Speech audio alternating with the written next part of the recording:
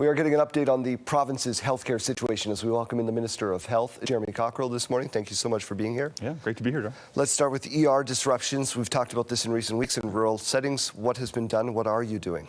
Yeah, so this is all part of our effort with the Saskatchewan Health Authority to take administrative expenses, redirect them to the front line as much as possible.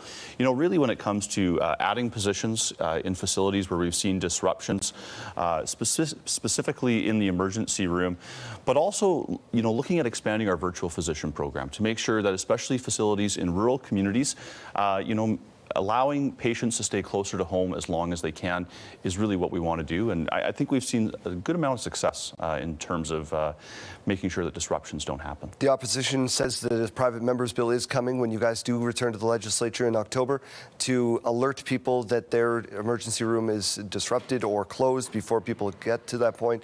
Is that something you feel like you can work with the NDP on, or is that some work that's already being done on your end? Well, I mean, obviously, we'll take a look at any bill that comes forward, whether that's from the government or from the opposition.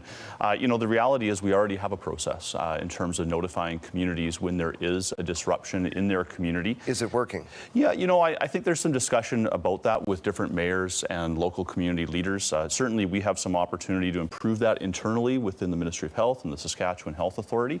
But at the end of the day, you know, what my focus is not necessarily a piece of paper in the legislature.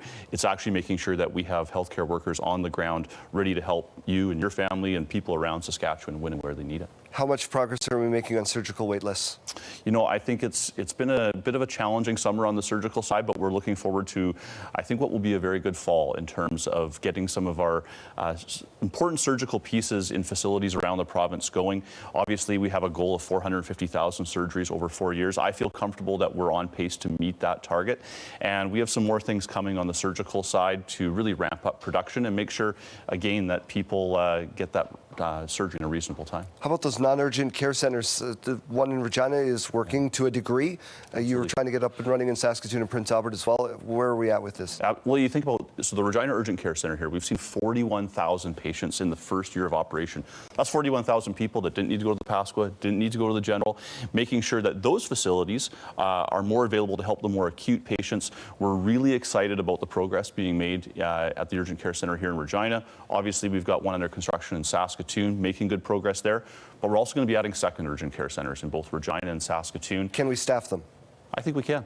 I absolutely believe we can. You know, we have more grads coming online. This is the work that we've been going on the last number of years, making sure that we have the training seats in this province. So when those grads come out, they definitely will have a job here in Saskatchewan, and we'll definitely be able to provide the care that people need. If you're driving around Ring Road on any given day in Saskatchewan, you'll see in Regina, you'll see the ground is broken on the long-term care center. Where are we at? How long until we get this thing underway? So the largest ever long-term care investment in this province being made here in the Queen City, 240 specialized beds. Construction has started this month. We expect it to be complete hopefully in 2028, and you know, pushing the contractor as hard as we can to get that done. We know that we need those beds in this province. It's important that especially our elderly population can stay close to family as much as possible. You've got a busy day ahead of you, so we'll let you get back to it. Minister, thank you so much for doing this. Thanks, Joe. Jeremy Cockrill is the Minister of Health.